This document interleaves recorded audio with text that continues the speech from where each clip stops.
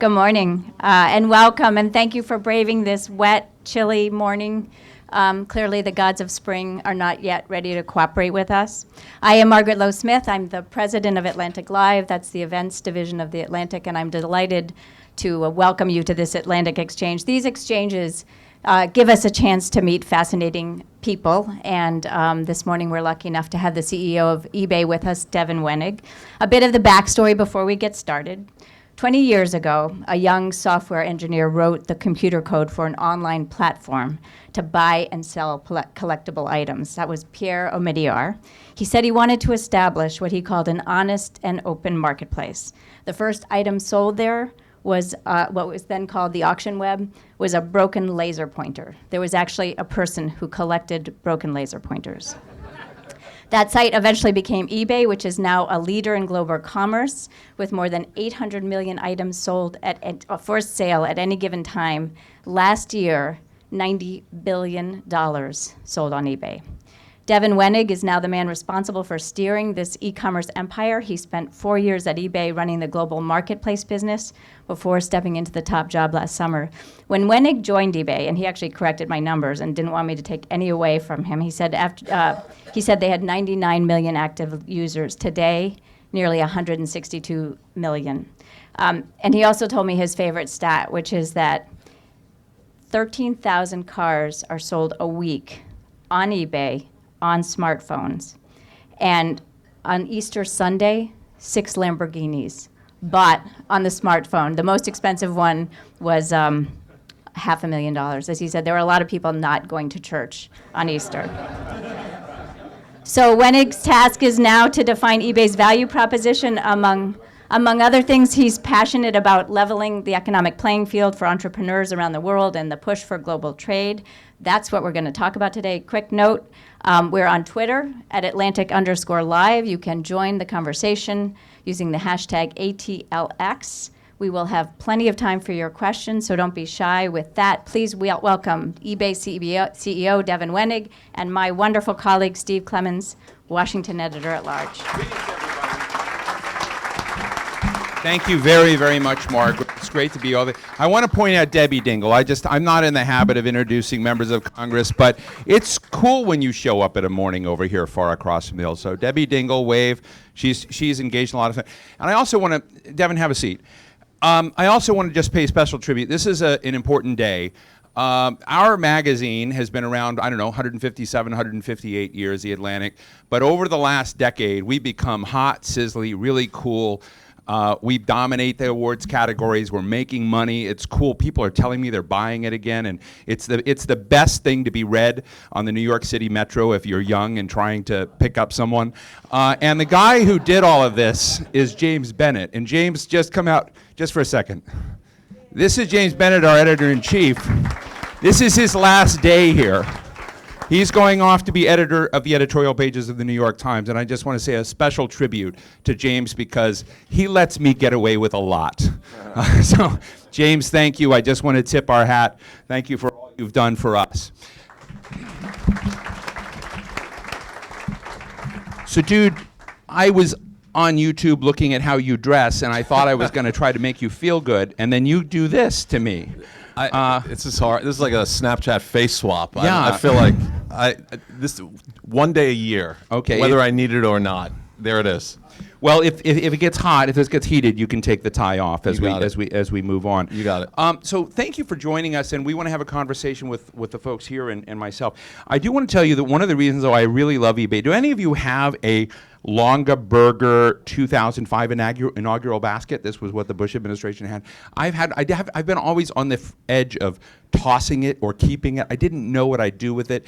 This morning I got on. There's actually a whole market of these things on eBay. This is worth stuff, So I don't know if you can help me, move it somewhere, but I would love to. I'm going to sell it right now.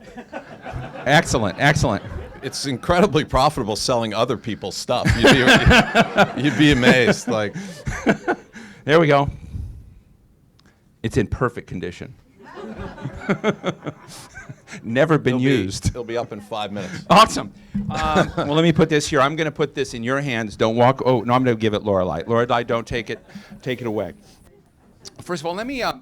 open with just the broad question of one of the things I'm interested in as White House Correspondents' Weekend happens. It's a collision of different cultures. It's a war of civilizations. It's the West Coast, it's innovators, it's entrepreneurs, it's Hollywood types coming to the world of regulation. And when we were inviting people to this, I think the shtick we gave it was that this was an offshore view of Washington, where you're at. And I'm just interested, just give us a quick snapshot of why you think this town matters, or maybe it doesn't. I mean, I think the answer to that is yes to both. It matters and it doesn't. And I'll try to explain that. I mean, I'm here for 2 days because there are some really big issues facing the tech industry. And whether it's trade or privacy or policy around the sharing economy is at an incredibly seminal point right now where it could go either way. And I literally think that billions of lives around the planet are going to get affected by which way it goes. With that said, so I am here and it does matter, and I did talk to the administration and I am talking to representatives, and we're trying to explain what these issues are because I think they're complicated and not everybody gets them. The reality, though, is nobody's waiting around. I do get the view. I know Silicon Valley is not a big Washington town, and I understand why. I don't want it to come across as arrogant, but nobody's waiting around for Washington to solve the world's problems. I think like e-commerce, as an example, is going to go storming over borders whether TPP passes or not. I hope it does. I think it would be a good thing. We have tons of small eBay businesses that would export more if TPP passed. But the reality is I have customers from 190 countries, and I'm going to solve customs issues, and I'm going to make it easier to ship goods, and they're going to take orders from 190 countries whether TPP passes or not. We're not waiting around. So, I think there's a degree of weariness around Washington. Like, Silicon Valley is a very we got to get shit done type of place, and here there's not always so much. But but that doesn't mean I don't want to engage. I absolutely want to engage. I want to be a constructive partner, and I'm hopeful. Not engaging is not really a strategy. When you look at this town, I mean, I was thinking about Amazon, your friendly... I've heard of them. Yeah, you've heard of Amazon, right? So Jeff Bezos came along and bought the Washington Post. Are you interested in the Atlantic or maybe Politico? Let me tell you something. You do a lot better with Bezos than with me. Have you seen what he's worth versus what I'm worth? You do a lot better with Bezos. So I just wanted to get that out of the way. And, when you think about the global side of eBay, is there an eBay in China? Is there an eBay in India? Is there an eBay in Iran?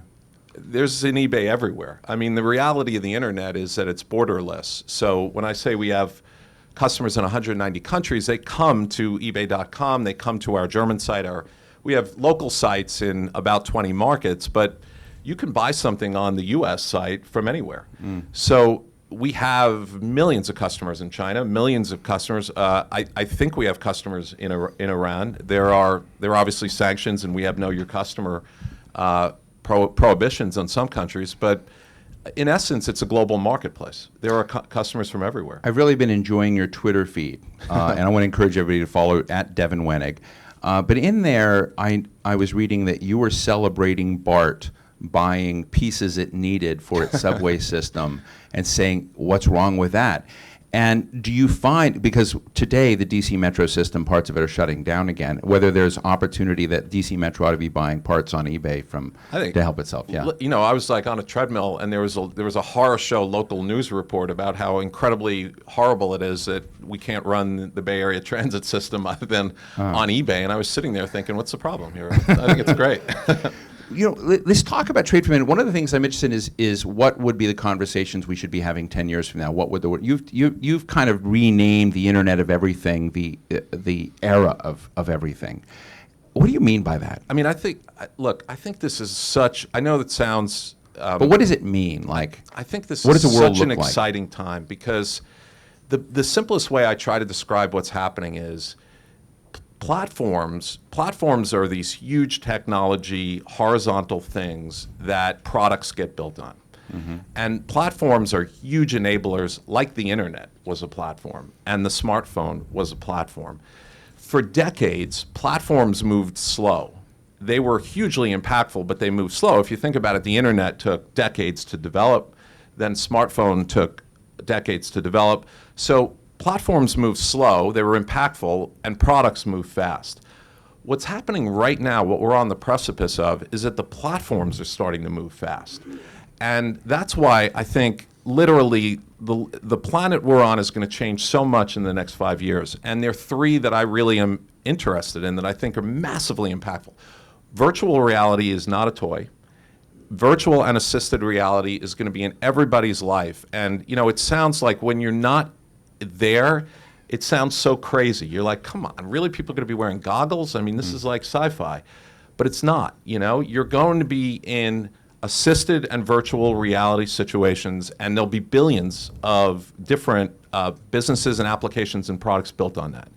The second is, today it's the watch or the phone, but the reality is the internet today is still something you go to, right? Like if I want information or if I want to access eBay, I go to my watch or I go to my phone. The Internet of Things isn't a useful term, I think, because what's really going to happen is that the internet's going to start to come to you. And what that means is there'll be billions of screens that aren't phones and aren't watches that are going to follow you, and they'll know that I'm in Washington and it's raining and I may need an umbrella, and that's the real world. That trillion devices connected in the cloud will bring information to you rather than you having to go get it. That's a game changer. Like, it is going to be a massive change in the way people live their lives, and it's going to happen fast. So you describe that world with enthusiasm rather than fear. Should we worry about being anticipated so much by networks that know our next move, that know what we're thinking and what our preferences are? I mean, I've learned being in Silicon Valley makes you optimistic, but that doesn't mean there aren't consequences. There's no doubt there are consequences. And am I worried about it? Worried isn't the right term. Are there issues that have to be managed? No doubt. Because the reality is that privacy equals trust. Mm-hmm. And if trust breaks down, there is no tech landscape. The reality is, for all the great tech in the world, if people don't trust it, like, we have policies, we have customer service. At the end of the day, the reason you sell 13,000 cars a week on a phone is that people trust it, right? It's a human psychology. And if that human psychology breaks down, there is no technology in the world that'll fix it. So that's important. But with that said, you can always paint a dark scenario, and yes, it's going to hurt in some areas, and yes, there'll be some displacement, but I think it's incredibly exciting. I actually do think it'll create millions of jobs. It's going to level the economic playing field, and I think it's going to be a really interesting world. I really do. You know, we've heard a lot about this tug of war going on between some leading Silicon Valley companies, and I don't know where eBay is in this, and both the FBI and the NSA, and the broad notion of backdoors and being able to chase bad guys and whatnot. But that gets at that fundamental issue of trust as well, and there's not a lot of trust in those people in this town. So where are you on that? And if we put you in charge of that problem, what would you do to solve it? I mean, it's, it lends itself to sound bites, but it's a complicated problem. But if I have to choose a poll, we did sign on with Apple because I do think privacy really does matter. It's just too soundbitey to frame the argument as you can either have privacy or you can have security. Like, sorry, I'm not taking that choice. I want privacy and security. And the reality is that if we undermine privacy, a lot of bad things happen. First of all, it's a false debate because as privacy gets undermined, you're less secure, right? The whole argument of we're going to build a permanent backdoor into your devices, but we'll keep it from the terrorists. Don't worry. What? Like, who framed that debate? And, and then you get down to the reality is this country was built on civil liberties. Privacy does matter. And it's a business issue for us, too. The reality is that we talked before, I have customers in 190 countries. If they think eBay is a tool of the U.S. government, they're not using it. If they think Apple phones are being snooped at the CIA, they're not buying them, right? It's about brand USA. It's about civil liberties, and it's about security. So it's not, people want to demagogue the issue. They want to make it simple. It's not simple. But privacy matters. It's worth fighting for. If we put you in charge, are there things that you would bring to this to the problem and its solution that aren't being done now? Boy, I had to make you sweat on something. I'm not sure is the honest answer to that. Yeah. I think I would fight. I would be really clear about privacy. I would fight for it. And I would be incredibly clear about why it matters, and I wouldn't let the issue be demagogued. What is the coolest thing that an eBay seller has ever sold on eBay? Define cool. I don't know. We sold a Gulfstream. Dramatic. We sold a G5 for. What was your cut? 10% of $40 million. We sold a steamship. We sold a Hollywood sign 10 years ago. Literally, the Hollywood sign sold on eBay. The whole, is it gone? It's there, but somebody new owns it apparently. I don't know. Wow. It's amazing. The coolest report I get is every day I get a report of the top 10 highest priced things that sold the day before. And that's how I knew that on Easter Sunday, 6 Lamborghinis sold, which is like, there's some deep human psychological. Margaret Lowe Smith said that they weren't going There's to some church. theological. I think they were busy at church. Yeah, exactly. That's why they brought their phones in. Is there, when it comes to the sort of broader areas of a platform, are there things you wouldn't sell? Yeah, we don't. I mean, selling on eBay is a right, not a privilege. So we don't sell guns. We don't sell pornography. There's things that we don't allow you to sell. We don't sell counterfeits. We police the market hard. People try to put counterfeit items on there all the time. We've built up this whole system over years that we're constantly taking down things we think are inauthentic. We're constantly taking down things that are counterfeit. We're constantly taking down things that just violate our rules. I mean, guns are, that was a choice. Pets, we don't sell. We used to, early in the company's history, you could buy and sell pets on eBay. We stopped doing that. The animal rights lobby, they were right. It was not the right thing to do.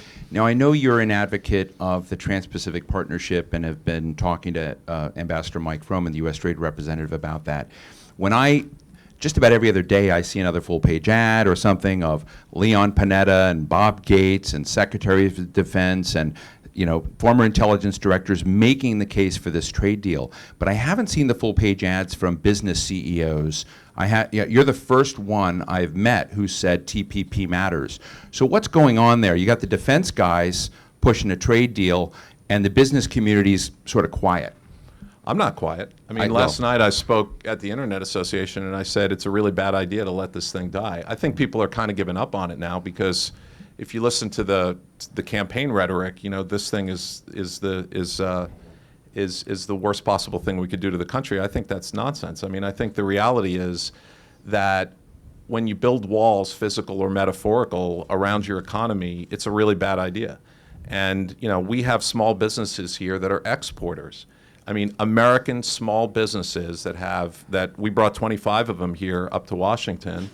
A small business card seller in South Dakota, 10 employees. They sell to 60 countries on eBay. And the reality is that if TPP passes, they're going to hire another 3 people because they'll open up new markets. That's the reality. And we have 25 million businesses. So, like I said, they're going to sell anyway. We're not going to wait around.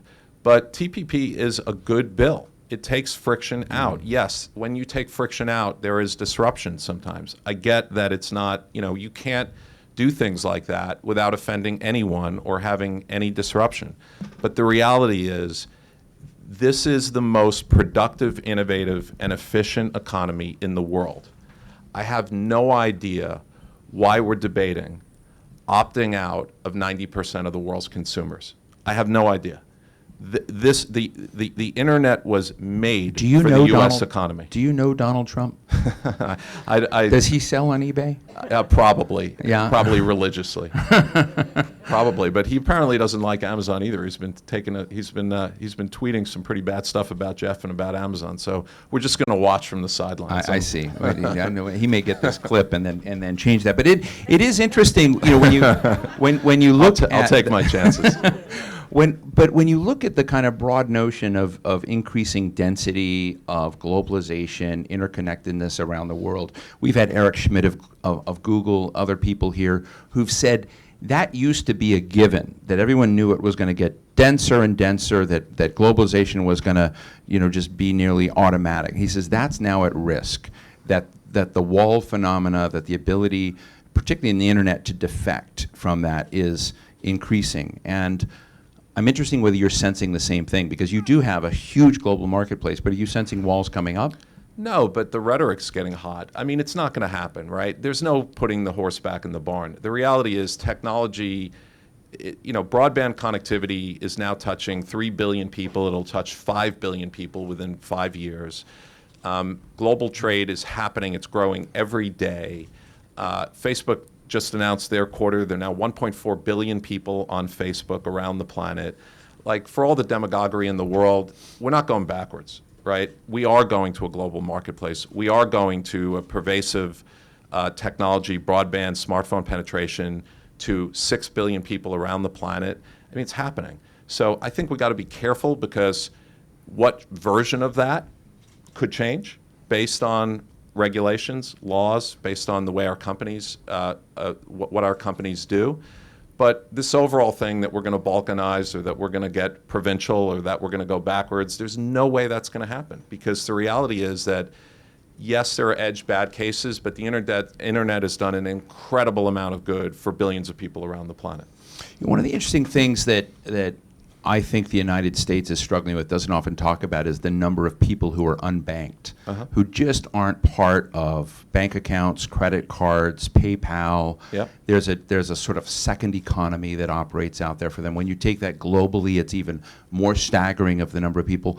And I know you're engaged in a marketplace in selling, but do you think there's strategic leaps that can be made to bring a lot more people into financial inclusion than are now? And what is your R&D lab? I know you've got these public policy guys here in town and others, but is anybody saying, hey, here's the whiz-bang idea to bank a lot of the unbanked and bring them into financial inclusion? It's a really great question. There's some really innovative young companies that are doing things that are, I think, addressing that issue head on. There are companies that are trying to address the cash economy, because a lot of that is, there's millions of people that basically live on cash. So they're trying to create technology solutions that allow them to create simple, accessible access to financial products, credit. There is a lot of innovation in that space. It was really interesting. I was speaking with Senator Thune yesterday, and part of the problem, is even just basic connectivity. There's still big parts of this country that don't have broadband, still, like South Dakota, his place. So some of it is just literally innovation around whether it's balloons or satellites. Step one is everybody needs to be connected. And step two then is technology innovation around how do we get people that live in the cash economy to get some access to financial products. I think it's going to happen. Do you think the business community in the United States can do anything about the infrastructure? You're talking about broadband in South Dakota, and John Thune's obsessed with infrastructure, but can't get a caucus or agreement bipartisan to pay for that. And we were just talking in the green room a little bit about it, but what do you think can be done to rectify that deficit in investment in the country? There's an issue that it's another issue where I find it somewhat remarkable that we can't get this done, because tax reform, corporate tax reform, there are hundreds of billions of dollars sitting on corporate balance sheets offshore. eBay has $10 billion. You have $10 billion offshore that's roughly itching to come back to America and build South Dakota broadband. Well, the reality is we would love to bring that money back. And this is one example where it's hard to find a win-win. So what would you, let's just think about it. What would you do with that money? Would you buy the Atlantic, or would you build infrastructure? Would you? I would buy the Atlantic and immediately give you a monster raise, Steve. But I mean, I think the doubt is, I'm looking at my friend Steve Odland and others that are here with the Committee for Economic Development, and he's got tons of CEOs. There's doubt, there's lack of trust that CEOs that bring that money back would actually put it to productive use.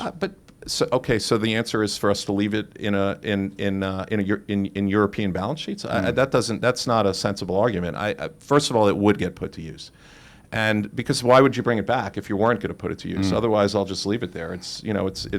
So what would be the package that would look good to you? Look, I think sensible. We can't bring it back because the reality is we have shareholders, and a 40% hurdle rate on taxes is not going to fly.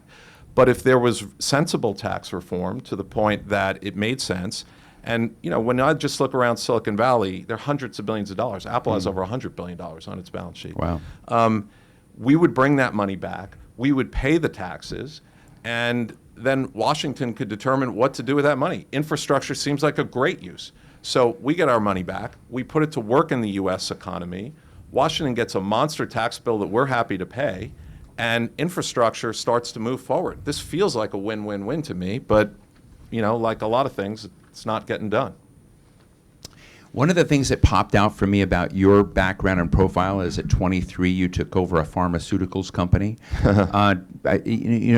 What did you learn? I mean, first, it just raises the interesting question because this was, you're still a very young man, but 23 is pretty cool. It doesn't feel and there is, when you talk about trust, we have one of the big stories out there is Theranos, right? That has crippled or created some doubts about how solvent the future will be in terms of high tech. And I'm interested in take off your eBay hat and put on your pharmaceutical CEO, 23-year-old whiz-bang hat. What do you think we should embrace about the future of technology and what's coming at us, and how much should we doubt or worry about the possibility of new snake oil salespeople?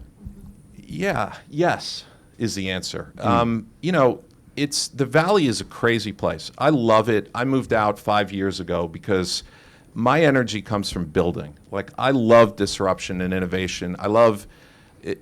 It's stereotypical, but New York has industries that are built in essence on they're in structural decline, and it's a management town. There's nothing wrong with that. It's not building like it used to. And I know it's stereotypical, but what I love about the Valley is it builds. It's crazy. It disrupts. And it's really serious about its own bullshit, which is kind of rare and special. With that said, there is bullshit. And we get incredibly enamored with things, some of which are real. Like when you heard, if somebody 5 years ago said Facebook would have 1.4 billion users, you would have laughed at that too.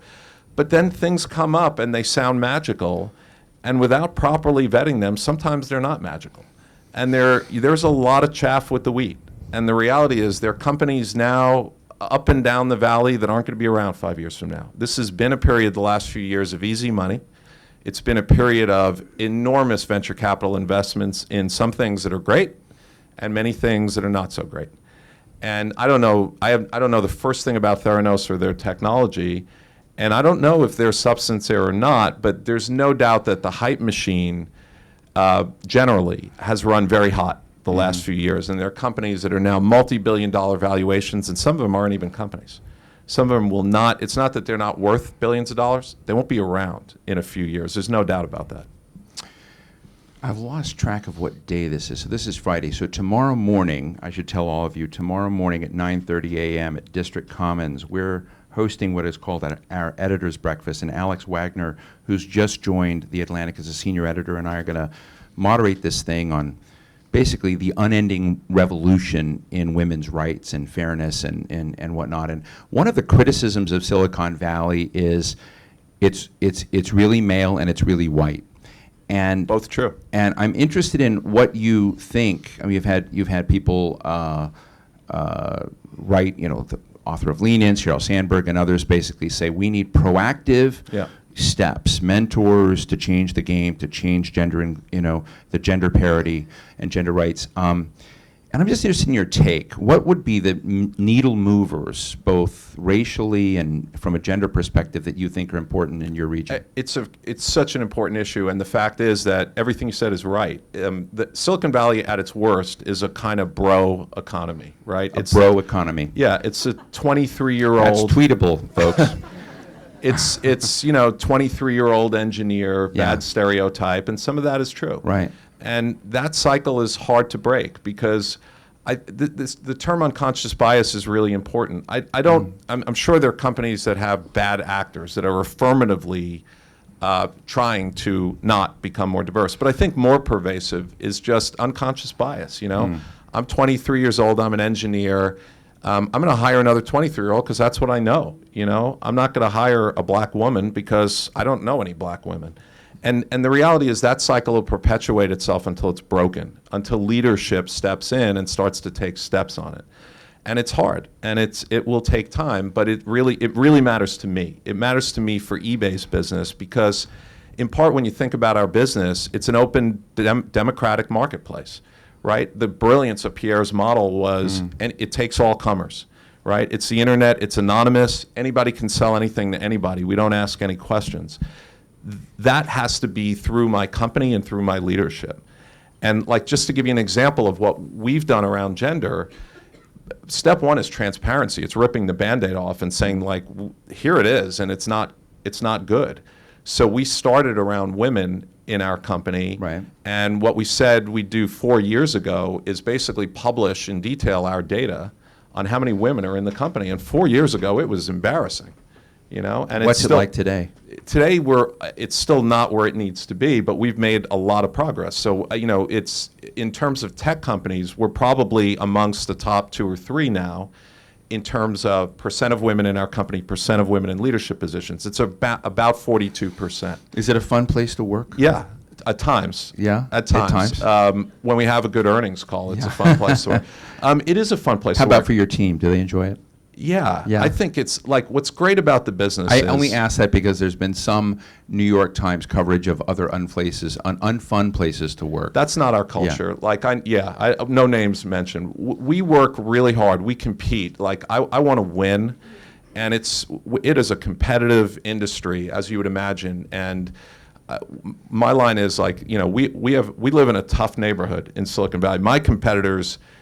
Tell me who your competitors are, because I could throw a rock and hit Google, Amazon, Apple. It's a tough neighborhood, so you got to compete. But with that said, our culture is not burn yourself out, yell and scream.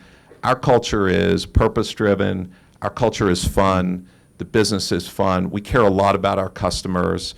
It's a warm place. It's a smart place. We have really talented people. I'm blown away. I'm always inspired by, wow, look at these people. They chose to join eBay, where I'm the CEO. What a privilege. Really incredibly. When I look at my leadership team, some of whom are here, I'm blown away. I'm like, wow, we're all here together doing this. It's fun. And we work hard. But, I'm not trying to create a culture where we're macho and, if we work another hour, if we work 27 hours a day, then we're going to win. I've been around long enough to know that doesn't help. If Donald Trump were to become president, do you come to D.C. more or less? Than the one time a year I already come? The over-under is 1, so how about I just opt out of that question?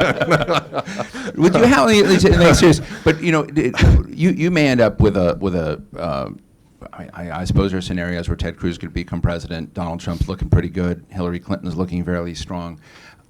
So among that cast of characters, none of them support TPP. So in that world, what do you think the business community needs to do, from your perspective, to design an alternative? I mean, you've sort of said, if this town doesn't move, we will move. Do you look at this place as a place to outrun and shame at that point? Does business become bolder and different? Business just does its thing. It's not about shaming Washington. It's just about getting stuff done. So first of all, on TPP, who knows what the future president, they were for it before they were against it, right? So right now on the campaign trail. Before they were for it again. Yeah. Yeah, okay. So let's not yet put it in the coffin. Who knows? But even if that goes and never comes back, I was speaking to Froman and others, the world before TPP was just bilateral trade deals. There's still a lot of bilateral trade deals, and there'll be more. And that's the future. It's always been the future. We'll just sign bilateral trade deals. And irrespective of the trade deals, we're going to build cross-border commerce. There'll be more friction without the trade deals. It'll be a bit more expensive without the trade deals. It's annoying because it should get done. But I'm not going to sit around and wait, nor do I wake up in the morning thinking about how I can either shame or flatter Washington. I wake up in the morning thinking how I can get stuff done for my customers. And that's what I should be doing as a business leader. And, at the end of the day, Washington will do what it'll do. And, to me, it's highly relevant when it is. And most of the time, it's not. I want to go to all of you in just a moment. But let me just ask you one cosmic question. And I guess this is a bit of a downer, perhaps. But I was reading a lot of eBay reports and going through. I was very impressed with your public policy team and others. And there's stuff in there about purchasing eBay items on mobile and all the transitions. And I'm sort of interested in when this kind of gee whiz wow factor about the digital transition becomes boring. Like happy socks are over, I'm told. When will digital stuff be over? It will be just so pervasive that to have a program like this will seem stupid. What program? You mean the business itself? On the broad side of digital transitions, when will it become so pervasive, so everywhere, the age of everywhere, that will no longer be astonishing? And it will only be astonishing to people like me who remember, like, driving a car. Yeah, right. I do think, I think the world, it will continually be astonishing. What's astonishing today won't be. But, what we talked about before, this world of the Internet of Everywhere and virtual reality and driverless cars, literally, I do think that's why it is so mind-blowing. We're 5 years away, not 50. We're 5 years away from saying, do you remember a time when we allowed people to go in these 2-ton death machines? Right? We're 5 years away from kids never getting a driver's license again. So just hold out. Don't buy a new car right now. That's pretty astonishing, right? And when I say that, people look at me like, oh, Silicon Valley. No, I mean it. If it's not 5, it'll be 7, but it's not 20. Kids aren't going to get, that's astonishing. So I think the world will continue to be astonishing.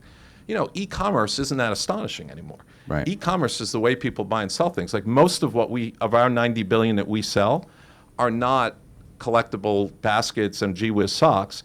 They're phones and tablets and laptops and shirts and the everyday things that people buy. And what e-commerce has done for them is it's given them access to goods at better prices. So I don't think that maybe it was remarkable in the early days of the internet. Now it's necessary. And that's the reality of our business. But I think vis-a-vis tech innovation, there are going to be other things that are astonishing. An example, like I mentioned virtual reality. We own StubHub, which is the ticket. I love StubHub. Yeah, isn't it great? How many of you have gone to see Hamilton because of StubHub? The tickets collapse right before the show begins. So you can get them on StubHub. So I just want to give you all a bit of counsel there. But I'll give you an example of something they did, which is small, but it's incredibly cool. So we launched on opening day for baseball virtual reality for your seats. So now you can literally walk into the stadium and sit in the seat you want to buy and see the view before you buy it. That's pretty astonishing to me. Wow, that is astonishing. If you could just put the performance in there so it would seem virtual, that would be really good too in the game. Let me open up the floor right here. Let me go to Paula Stern here in the front. Do we have microphones going around? Is that how we're doing this? Here we go, Megan. By the way, you mentioned my public policy team. I'm going to shout out to 2 people in the front row. My general counsel, Maria Huber, is right there. Marie? Wave. Oh, hey. And eBay's global head of policy, Takidra Malakano. What's he like to work for? Really? Great. Let's just go with that. Okay. Let's just go with that. All right, we'll leave that. I can feel the enthusiasm there. Dripping out of. Paula Stern, Ambassador Stern. Oh, thank you. Paula Stern, and today I'd like to ask a question on behalf of the National Center for Women in Information Technology. You were citing your numbers and your commitment, which is, and leadership starts at the top, so thank you.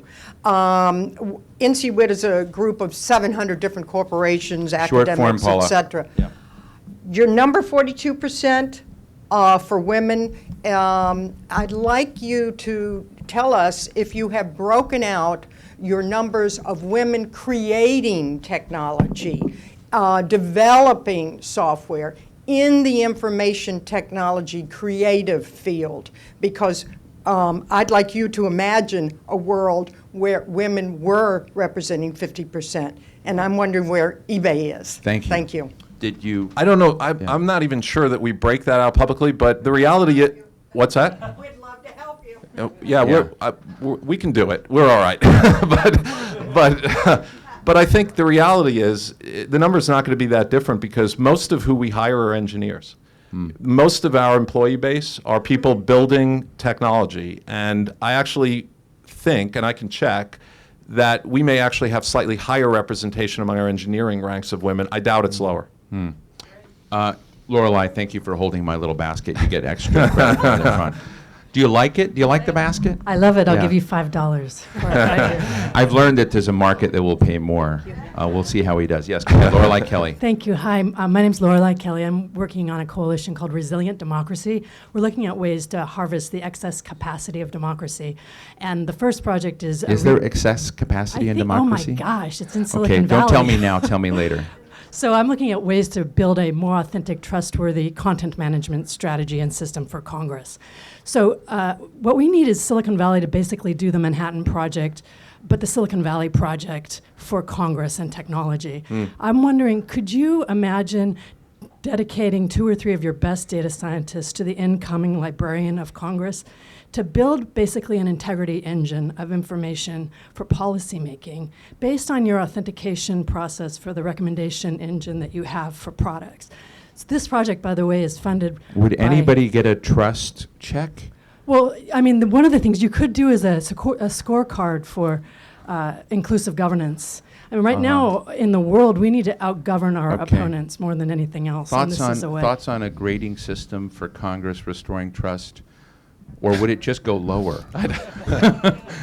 Yeah, I don't know. I mean, I'd love to know more. I'm not sure I fully understand, but I mean, it sounds like what you're saying is, could there be a corpus of materials that is authenticated that people could rely on? It sounds like a private sector opportunity, right? I mean, it sounds like there's an opportunity for a business to fill that void. I don't know. We can talk about it offline. This gentleman in the far back. Well, with a great-looking bald head. There you go. Go ahead. Sure. Jeremiah Jones. I work in Homeland Security, actually on the cybersecurity and the privacy side, so thank you for taking my question, Mr. Wenig. My question is actually not pertaining to what I do professionally, but something that's a little bit more personal to me, and it's Silicon Valley military veterans. This may not be the case, but 8 years ago I made the second most important decision in my life where I decided to hang up my military uniform. The first, if you're wondering, is when I decided that karaoke as a professional job wouldn't quite work for me. And this may not be true, but it certainly feels this way based on my personal experience and conversations I've had with other veterans. Right. Silicon Valley just doesn't seem to like military veterans very much, at least not with the questions and things. And so that cliquish environment you referred to seems to be the sort of thing, it's very exclusionary of military veterans. And I'd like to hear your opinions about Great, that. great question. Yeah, it is a good question. First of all, thank you for your service. I don't think it's fair to say Silicon Valley doesn't like military veterans. I just think the issue we spoke about before that you mentioned is right, which is Silicon Valley is a little bit cliquish and it's a little bit insular, and it kind of knows what it knows, but that is changing, and it will change. And you're starting to see gender and race and background become more a part of the dialogue in Silicon Valley as these companies get bigger and more important. I mean, these are some of the most important companies in the world, right? Literally within 30 miles of eBay's campus. And it's just not okay, when they were kind of cool, fun, interesting, cute startups, they did their thing. But these companies are way too important to kind of opt out of that discussion now. So I don't think it's about veterans. I think it's about being insular, and it's getting less insular. Let me ask you one question, just piggyback on this. Jim McKelvey, I don't know if you know Jim, who co-founded Square, and he's got a group out there called Launch Code, and he's really retraining people in the Miami and St. Louis areas that learned coding and got a bad education, but basically creating a second chance opportunity for people to get back in this. He said the biggest problem was getting anybody hired, because human resource departments were so risk averse, were looking for a certain typology that they weren't prepared. Sort of fits with your question. So Jim is a certain status of celebrity and began calling the CEOs he knows to get them to squeeze their HR departments to be more liberal, if you will, in who they would consider, on the front end. And I found it a very kind of compelling lean-in sort of strategy. And you're a CEO, you know a lot of the folks out there. Do you think that risk avoidance problem within HR departments is something substantial that needs more attention? Yeah. I mean, I don't know if it's the HR departments. It's just the corporate cultures know what they know. They self-perpetuate, and they tend to be insular. But I really do think it's changing. It isn't something you throw a switch on, because these are big companies with lots of employees, and it takes time. But the people that I know are authentically committed to this. Like, they get it, that it's not okay to not have this discussion, and there's progress being made. I see progress being made inside of eBay. I know there is. And I'm going to make sure that there's progress being made, and I'm out there on the data. By the way, just quickly, there's two sides to this, something I feel passionate about as well. So not opting out of the Valley's responsibility, but the reality is what we also have to do is get computer science education in K through 12 everywhere. Because, and I just signed a letter signing on to that with a bunch of other CEOs. The reality is every company in the future economy is a tech company. Right. Whether or not you become an engineer, everyone should take computer science training. And you want me to hire people outside the Valley? You want me to hire more people? Great, get me STEM educated young girls throughout the country, and I'll be hiring more people. That's what we need. That's what the country needs. So it's a partnership. The Valley's got to open up. We need to drive computer science and engineering training throughout the country. Fascinating. We'll take this gentleman and Alan Fleischman. So, hi, good morning. Sir, thank you so much. My name is Everett Bellamy. I teach business law and entrepreneurship at Georgetown University Law Center. Great school. Great, thank you. Thank you for sharing information about women at eBay. What are your your employees and leadership of people of color numbers like? Another thing, other question I have has to do with the billion or more people who live on less than $2 a day. How do you see technology affecting those people and bringing them their living standards up? I know broadband may be an answer, but I'd like your comment on that. Our please. employee population is 8% African American. That's too low. That's the next avenue for us to address. I actually yesterday sat with the Congressional Black Caucus, and we talked about how we together could work on bringing more color into Silicon Valley. On the second part of your question, for us, because we're a platform, eBay's not selling things to you. In many ways, it enables entrepreneurs. And what I love is the ability for people who are otherwise out of the economy to build a business on eBay, become an entrepreneur, and become self-sufficient. That's the magic of the platform. So if Zuckerberg goes and puts balloons to create a new internet over, big swaths of Africa, does that create a platform that's open to everyone, or does he find a way to block There's eBay? been a debate about that. What Facebook tried to do originally is, in essence, have a walled garden, and a lot of the countries, rightfully, I think, went ballistic because I don't think you should be allowed to lay the train tracks. Did you have a chat with him and say no, no, no? Did I? No, I didn't talk to him about that. But the reality is that part of the way the internet developed in the United States was a separation of laying the train tracks and driving the trains. That was a really important policy decision. Because if you think about it, the actual physical internet is laid on what were the old railroad spurs, right? They're literally the old eminent domain railroad spurs is where the pipes were laid for the internet. Imagine if the people that laid the pipes were allowed to say, at the end of the day, there's no Yahoo, there's no eBay. I'm just going to control it. It would be a whole different world we live in today. That's more than 140 characters, but pretty tweetable. Alan Fleischman. Hi, Alan Fleischman. I'm impressed this morning to hear you talk about all the diversity that you're pushing out, and you're talking about, obviously, it's very, very relevant and very, very important.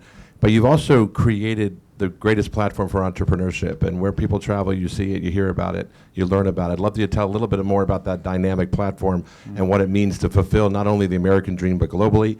And then lastly, you're 20 years old, not you literally, the company, but you've managed to make What do you mean?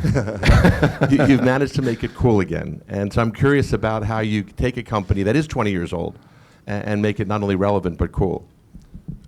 On the first part, it's to me the thing that we're proudest of. It's why people work at the company. There are 25 million people that sell on eBay, and millions of those are businesses, and millions of those are small businesses, right? Literally 10 people, 5 people, a few of them are in this room.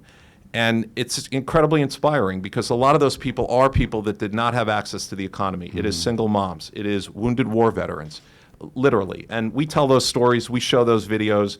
Whenever we stand up and do an all hands in the company, that's what drives us, right? Those entrepreneurs that sell and are self-sufficient because of eBay, that's the backbone of the company. It's the lifeblood of it, and it's wonderful. You know, on the second part of the question, I don't want to make eBay cool. I want to make eBay great, right? Like trying to outcool the next guy in Silicon Valley is a losing battle, right? We're 20 and I'm owning it. I'm not embarrassed of it. I'm not going to be the middle-aged guy in the drop top with the spray tan. It ain't happening, right? Like I want this to be one of the world's great. No names mentioned. No names mentioned, right? Like trying to be the coolest kid in the cool kids block is a losing battle. I want eBay to be great. I want eBay to endure. I want this to be one of the world's great companies that survives well past my tenure and lives another 20 years. And that, you know, has not been done with an internet company. My personal motivation is, if you think about the internet, enduring means it's lived past its founder.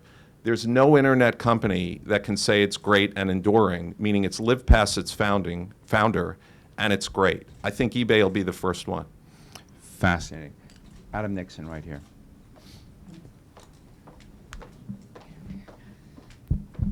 Hi, thanks, Steve. Fascinating discussion. Adam Nixon with Middle East Broadcasting and the University of Maryland. And I've been an eBay member since, I think, 1999. And I wanna Buyer know or seller? both. And so eBay knows where I'm been honest, right? And that, but what else does it know about me? I mean, what are you doing about tracking? Like, I look at my phone, I'll be very brief here, and I see that Google's following me right now, right? Because I use Waze. What do we do to not be facetious? What do we do about privacy? I mean, where are we at the era where privacy's just gone, or are there ways of fixing things? I hope not. I don't know if you're asking specifically what I know about you, but if you give me a moment, I can call that information up. Yeah, I mean, just look back to the other part of the question. I hope the reality is that consumers want me to have the information when I use it right, and they don't want me to have the information when I don't. You know, Google is massively, yeah, you might have a moment where you think, wow, Google knows where I am because I use Waze, but the reason Google does that is it's going to give you awesome traffic information when you walk out of here, right? And I know there's Orwellian scenarios, but the reality is that's not what we do with the data, right? I know about you enough to know that you bought that suit on eBay, so I can recommend a tie, right? I know enough to know that you shop in this type of categories and not these, so I'm going to show you great stuff. If I ever step outside the bounds of that and, for instance, sell your information to somebody that spams you, or I use that information in a creepy way, you know, yeah, there's loads of legal and policy and regulatory issues. Forget it. What matters is consumers vote. And you'll delete your eBay account in a second, and I won't be the CEO anymore. So that's the ultimate control over, I think, that. We give people loads of control over what data they give us and then how we use it. How vulnerable are you to foreign governments that when you have data all around the world and they want to, you know, Brazil or India or China just think Adam Nixon's a rotten guy for whatever reason, and they want to know everything about him, and they throw you up against the wall and do the equivalent of subpoenaed information? I mean how much of that is something that should really be worried about? Well, we all should worry about that, yeah. And we get those requests, and we fight those requests. I mean, we don't give user data up for anything. And we comply with local governments. If somebody has a valid warrant, you know, in a criminal case, for instance, we have to comply with that, and we do. But, you know, if a government just said, give me your user data on Brazilian customers, we would never do that. And we would go to the mat for something like that. Adam, you're safe. Okay. Right here, this gentleman over here. Oh, and then I'm going to work on all of you. I'm trying to. We're getting a lot more questions in here than you do at Brookings, is all I can say. Yeah. Go ahead. I'm Stuart Brown with Warren Capital. I have a couple of questions about the Can company. you just take one and then make your favorite, because we're just very got quickly? Too many, but yeah. So Facebook just had its second 50% quarter, and you've had 6 or 7 negative ones and then a 3% quarter. Could you tell us where you came from and where you're going to get to the 50%? And I'm also curious about why float the additional debt in order to buy back shares? You didn't tell me this was an investor meeting. Yeah. Yeah, apparently he's engaged. You can pick either of the questions and answer. I don't know if we'll ever get to 50%, but we'll grow faster. And what was the second part of the question? What was the second one? Increase the debt to buy back shares. Because I think the shares are undervalued, the company has high free cash flow, and returning capital to shareholders is a priority for me. Yes, right here in the middle.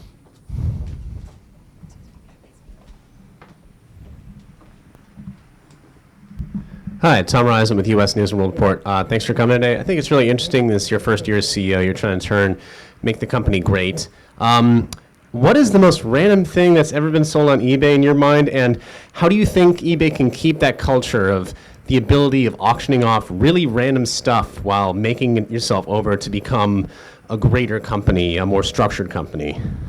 To my colleagues, any good random stuff? I Has can't anybody think of sold an anything. idea? We used to, there used to be like witchcraft, witches, spells, potions. We kind of banned that. You'd be amazed at the customer service issues that those sales created. But Oprah's. yeah. I mean, Oprah's there's, closet. wow, lots of random stuff. I think, look, what's interesting and what's the challenge of the company is I don't want to be Amazon. We sell $90 billion of stuff, so that isn't witches and commemorative baskets. It's a lot of mainstream things. I think that what's unique about eBay is the breadth of choice. There's more things for sale on eBay than any other place in the world. By eBay far. wine now, right? eBay Yeah, wine everything. bid. And the reality is that if I can just simply give you that choice, like I think that at the end of the day, if you need something shipped in one day and it's a commodity, I'm not going to compete there. That's not what I'm good at, and that's what Amazon is incredibly good at. But that's not every purchasing use case. And oftentimes, understanding your choices, like here's a brand new iPhone for $700, here's a refurb iPhone for $600 you might buy for your kid because he doesn't need a new one and he might lose it in a year. And here's a used one for somebody that's low income who's fine with a scratch on the phone. It works just as well for $300. That's eBay, right? That spectrum of choice, for me, is about how we're different and not similar to competitors. I interviewed Richard Branson last week, and so I asked this in the spirit of Branson, but can you, since you have eBay wine, might you have eBay pot? We're working on it. Do you want to take your tie off now? Yeah. Right here. Exactly. And then our friend from Hatch. But it's got to be short. Yes, go ahead. John McNamara Hi, John. from the U.S. Foreign Service. Talking about not waiting for the U.S. government and how the internet, particularly a trading company, can save the world. What about actively promoting carbon trading? I imagine some of it might happen on eBay already, but how about sort of taking some lead in Cool question. Yeah, it's a good trading carbon? I don't know if we'll do it, but I do think marketplaces are the right solution. There are companies that have built carbon marketplaces. I absolutely think that's the right solution. And I don't want to get into cap and trade and all that, but I think like marketplaces are brilliantly efficient. And at the end of the day, it's just supply and demand. I don't know if that's our business. I but was it's- interested in one thing that you had written about in your piece around Davos to that point was, to John's question, is the amount of sustainable use of things and Sure. the amount of carbon that has, the offsets for what you've done in keeping this basket alive. So I think and that's giving, our role, right? Yeah. I don't know if our role is directly trading carbon, but our role is the reuse economy. It's the sharing economy. Right. And that offsets, I think sustainability is going to become a bigger and bigger and bigger part of the national discussion. It has to be. And our role is, by bringing supply and demand together and allowing people to reuse goods, that's a huge offset. Like the manufacturing offset is enormous. The carbon offset is enormous. Out of our 90 billion, 25 billion of it is used goods. That's big. Right here, this gentleman, then right over here.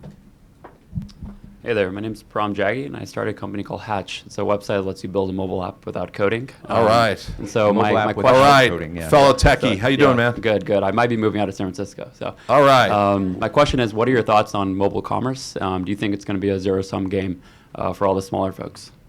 There's a lot to that question. Mobile commerce is commerce. The reality is now 42% of our business is on mobile. It'll be 60, 70% in the next few years. It's all mobile. The desktop's dead. It's got a lot of implications. It's got implications because apps are controlled. In many ways, you think the internet Used to go through portals, then it opened up through search. Now it's sort of closing down again through an app world. But overall, look, I think the biggest challenge in mobile is not necessarily that. It's how do we get conversion on 3.5 inches of real estate? It's hard to build a full commerce experience on small devices, and it's getting better, but that's the big challenge. Right here. Yep. This is lightning round, so real fast, real Sure, fast. Vlad Antiker of Berry Group. What is your position on Bitcoin? And we all know you had a little bit of history with PayPal, but going forward, good are question. you thinking about your I mean, own? the short the answer other is I don't currency. think Bitcoin is one thing. I think Bitcoin is a network, it's a store of value, and it's a currency. I'm bearish on it as a currency. I'm mixed on it as a store of value, and I'm very bullish on it as a network. I think the blockchain is a brilliant protocol for the network. I think that'll replace a lot of financial system networks. I don't see Bitcoin as an everyday currency. I think there's loads of problems to that. But, I'm a fan and I want to see it work. I'd love to see it work. I can't actually take Bitcoin on eBay fully. I would do it through PayPal, but because it's not a viable currency, I can't have customers pay for something and then have that currency fluctuate 200% in an hour, right? That's not a stable marketplace. Yes, sir. Good morning. Bill Sullivan, Vice President for Public Sector at Cloudera. Curious if you'd comment on the accelerating rate of change in technology as a result of the rise of the open source movement. To me, when I mentioned that platforms are moving fast, I think open source is a really critical component of that. If you think about what's happened with the cloud, and when you think about how many of these platforms have been accelerating, we use open source every time we can. We even try to contribute to open source. We build things that solve problems. Oftentimes that's back in our data centers. We don't compete on that. We want to open it up and allow the tech community to lower our costs. So we love open source, we use it, and we contribute to it. Just to wrap up, we're right at the end.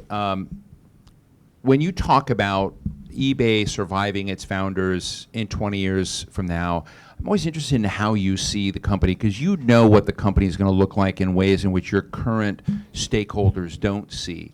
And so when you look at, I've had the privilege of knowing lots of CEOs, and they often say what we're doing today is not what we'll be doing for 20 years from now. So, give us some insights into your crystal ball of the future of when we think of eBay in 2036. What is that? What might that look like? I mean, if you think about eBay was the father of the sharing economy, right? It was the first company to understand that you could use data and technology to bring buyers and sellers together. We're in the first moment of the first inning of that. And when I talked about the platforms, when you think about Uber is a marketplace, Airbnb is a marketplace. Those are two very well-known examples. But we've just started. There are goods and services and demand and digital products, and it's a big, exciting world that hasn't yet been brought into an efficient marketplace. I think we will be more global. I think we'll be everywhere. eBay won't be a place you go to. It'll be a place that comes to you. And I think goods will be only one thing that we do. We'll be a marketplace where you can access services and lots of incredible things 10 years from now. Well, Devin, I want to thank you for hopefully Do I get that as a parting gift? Hopefully having sold my inaugural basket. For those of you who are into it and still bidding, Vice President Cheney did touch this basket. If that helps or hurts, I'll just leave it there. But Devin Wenig, thank you so much. Big round of applause for Devin Wenig, CEO of eBay. Thank you so much.